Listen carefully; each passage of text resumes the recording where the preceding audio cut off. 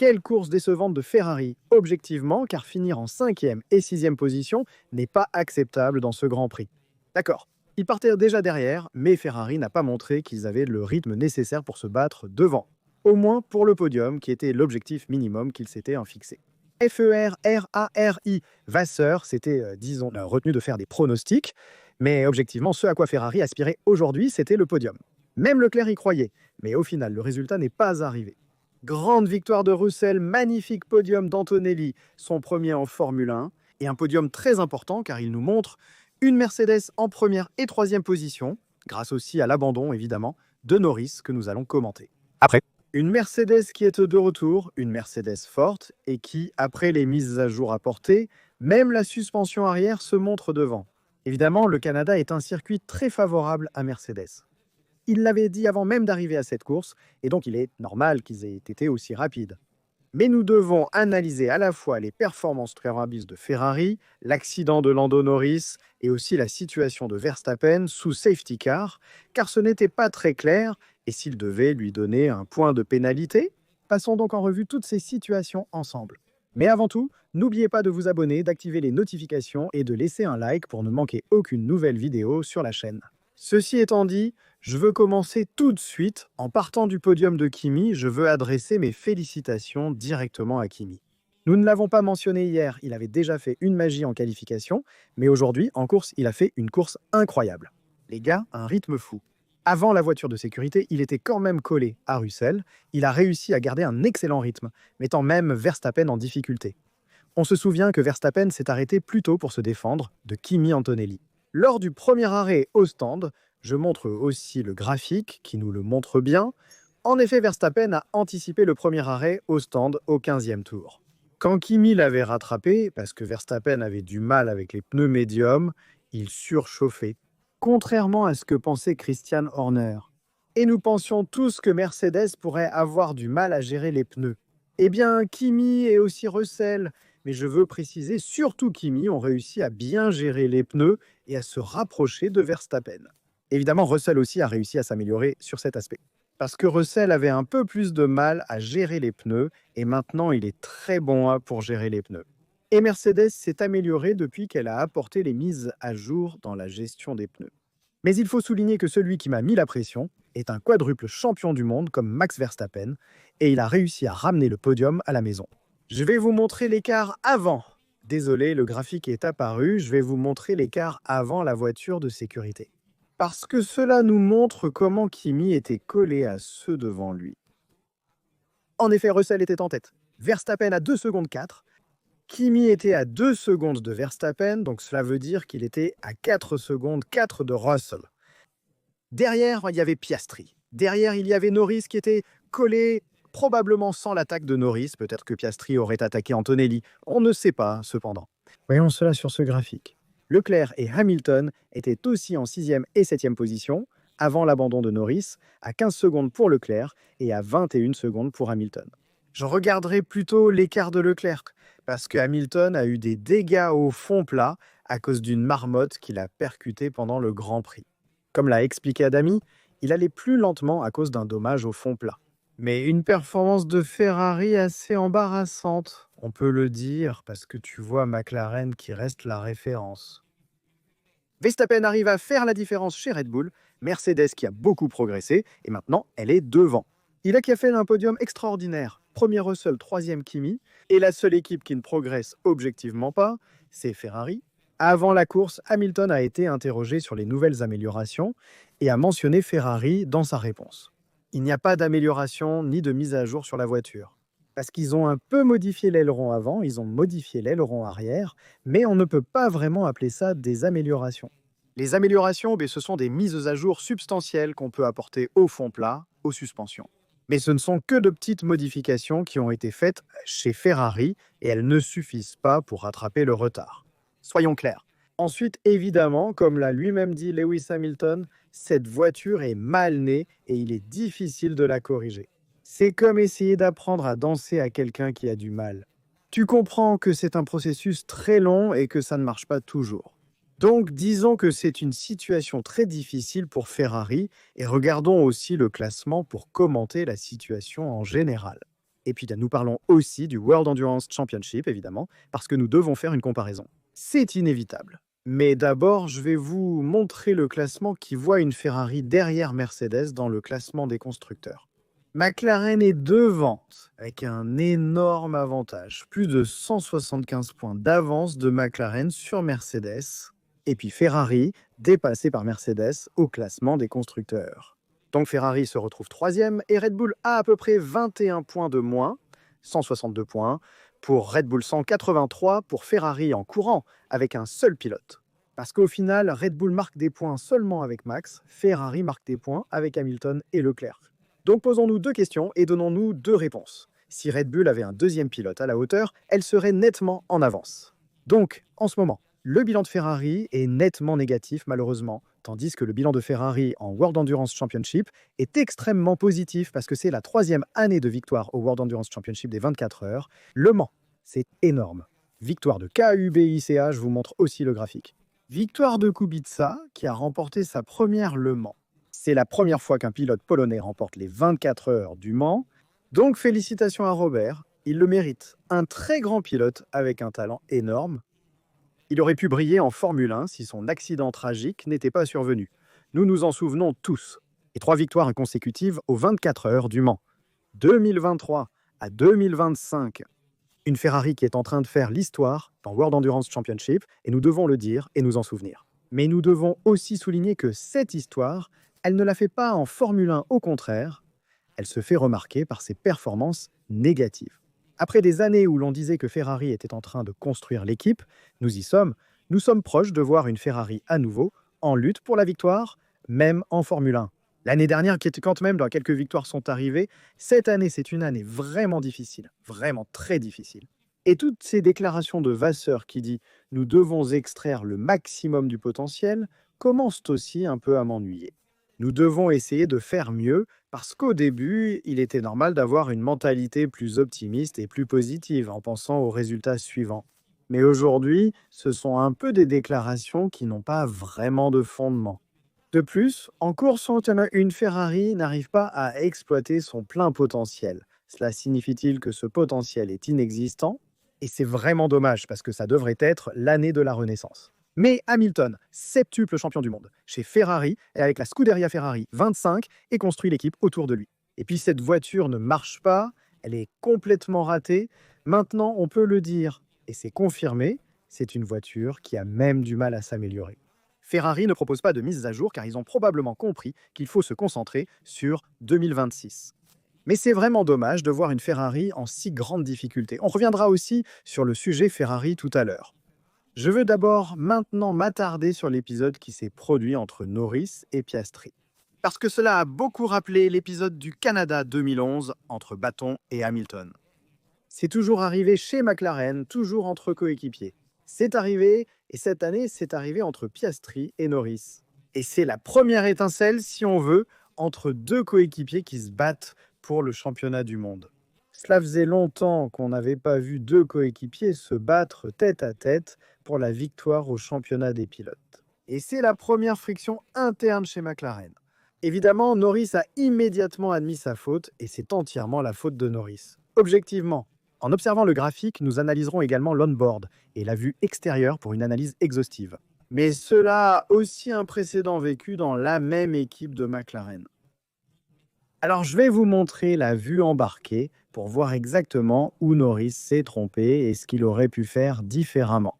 Alors tout d'abord, voyons ici voyons d'abord la vue extérieure, puis la vue embarquée. Parce que d'abord, je veux faire un commentaire sur l'attaque de Piastri.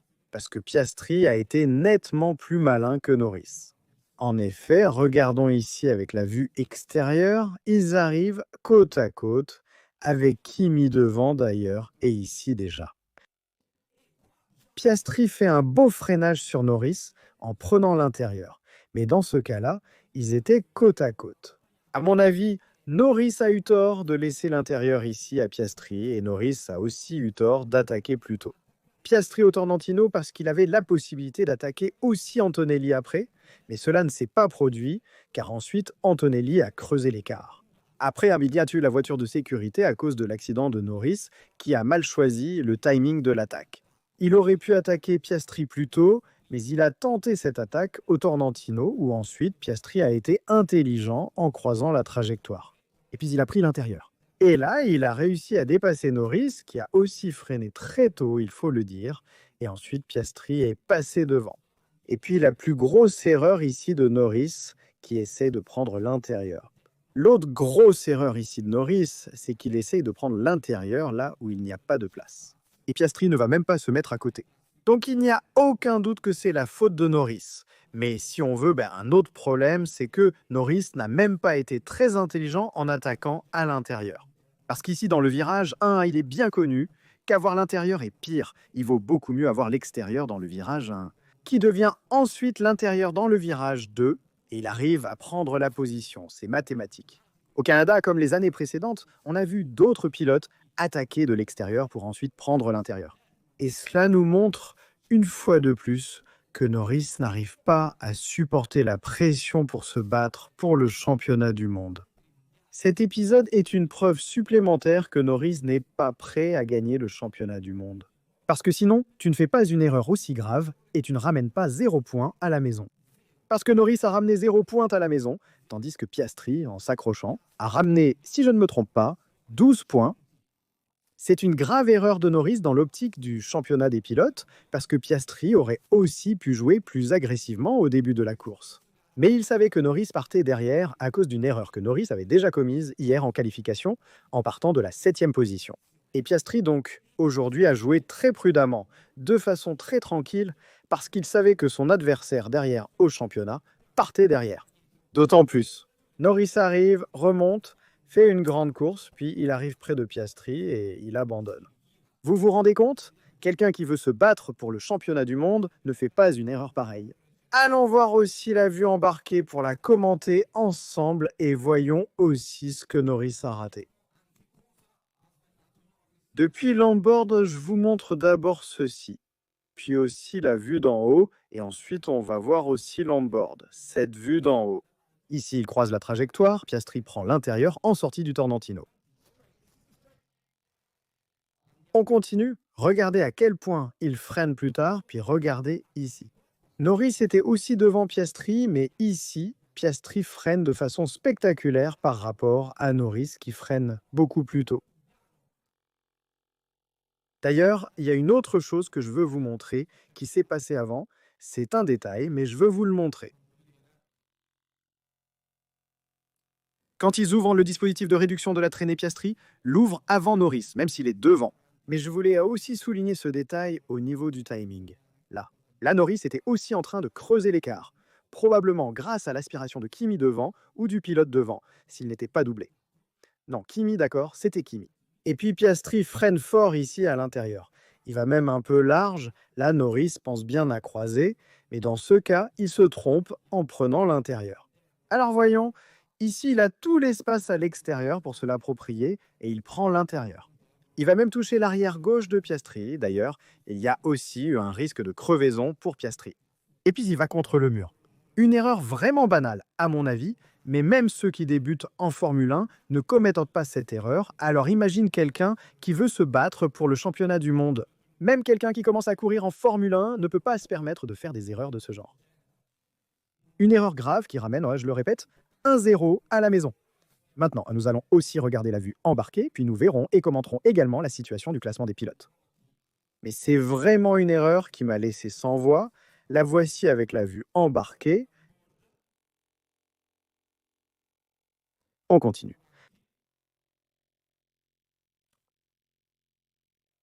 Ici. Norris attaque Piastri sur la ligne droite. Et là, il a déjà couvert l'intérieur. Piastri, je ne comprends pas pourquoi Norris a insisté pour le dépasser. Puis, il est allé contre le mur. D'ailleurs, s'il avait peut-être touché la voiture devant, puis s'il n'était pas allé contre le mur, il est carrément allé dans l'herbe. C'est-à-dire, je ne comprends vraiment pas ce choix-là. De Norris a reconnu son erreur, une erreur qu'un pilote se battant pour le championnat du monde ne devrait pas commettre, je le répète. Situation du classement. Je vous montre comment Piastri a creusé l'écart avec 12 points de plus, 198 contre 176 pour Norris, donc il y a 22 points de différence. Vous comprenez bien que 12 points sur 22, c'est plus de la moitié. Ça fait beaucoup, hein. Ce sont beaucoup de points que Norris a perdus dans cette course. Il faut essayer de faire le moins d'erreurs possible, aussi parce que McLaren va très probablement essayer de se battre pour la première et la deuxième place, ou en tout cas pour le podium. Donc à chaque course, l'écart de points se réduit entre les deux pilotes au sein de l'équipe. Et donc il est normal qu'à chaque course, récupérer 22 points devienne de plus en plus difficile. Et ce sont des détails qu'une personne qui lutte pour le championnat du monde ne peut pas ne pas remarquer, ce sont des détails fondamentaux. Ah, j'y suis un peu désolé pour Norris parce que c'est un bon gars, mais quand même, Piastri se montre de plus en plus lucide, de plus en plus froid aussi dans ces situations et il arrive aussi à gérer. Avoir un peu plus de talent si on veut pour placer la voiture devant en qualification et ne pas faire d'erreur quand il faut réaliser le bon tour rapide. Rappelons-nous aussi ce qui s'est passé avec Norris à Jeddah, donc chapeau à Piastri, et dommage pour Norris qui a commis cette erreur. Je vous fais aussi remarquer, attention à Verstappen, 155 points contre les 176 de Norris, donc nous avons 21 points de différence entre les deux, ce qui est moins que la différence de points entre Norris et Piastri. Verstappen avec une voiture nettement inférieure à la McLaren. Pendant ce temps, là devant, nous avons Russell qui est à 136 points devant les deux Ferrari et Kimi qui est en train de rattraper Hamilton.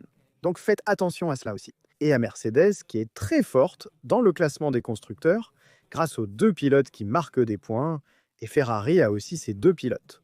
Comme mentionné plus tôt, Red Bull a plus de difficultés avec seulement Max qui rapporte des points à l'équipe. 162 points au total pour Red Bull, dont 155 pour Max.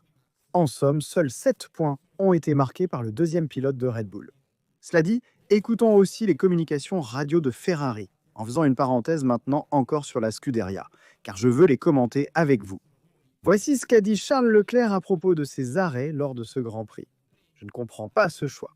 Je ne comprends pas pourquoi nous devons rentrer au stand et passer au plan B. Je vous avais dit que les pneus allaient bien, mais j'ai accepté votre décision. Charles Leclerc n'est pas écouté au sein de l'équipe et c'est très grave. Au-delà de la stratégie bonne ou mauvaise, ça il le voit aussi en interne. Il y a des briefings pour tout préparer. Il y a quand même eu un graining plus élevé que prévu. Et donc on a aussi vu l'arrêt anticipé de Verstappen, ce qui a ensuite entraîné une chaîne de pilotes qui se sont arrêtés. Mais au-delà donc de la bonne stratégie à adopter, Leclerc n'est pas écouté au sein de l'équipe, il ne se sent pas suffisamment soutenu par l'équipe. Et cela, c'est parce que la voiture ne répond pas, donc la voiture ne va pas comme Leclerc le voudrait. Mais aussi parce qu'il n'écoute pas ce que dit le pilote, ses sensations. Et je le vois aussi bien avec Leclerc qu'avec Brian Bosey, donc du côté des ingénieurs de piste, mais aussi de l'autre côté avec Hamilton et Riccardo Adami. Hamilton demande ce qui est arrivé à sa voiture et si elle a été endommagée. Selon Riccardo Adami, tu as probablement percuté une marmotte et perdu dans le virage 9, 10. On sent une certaine tension entre vous deux. Hamilton est sans doute un peu bouleversé par la voiture qui ne fonctionne pas et il y a une légère divergence d'opinion entre les deux pilotes à ce sujet. Leclerc reste toujours un peu plus optimiste, même hier. Samedi, il a dit qu'il était furieux d'avoir perdu la pole.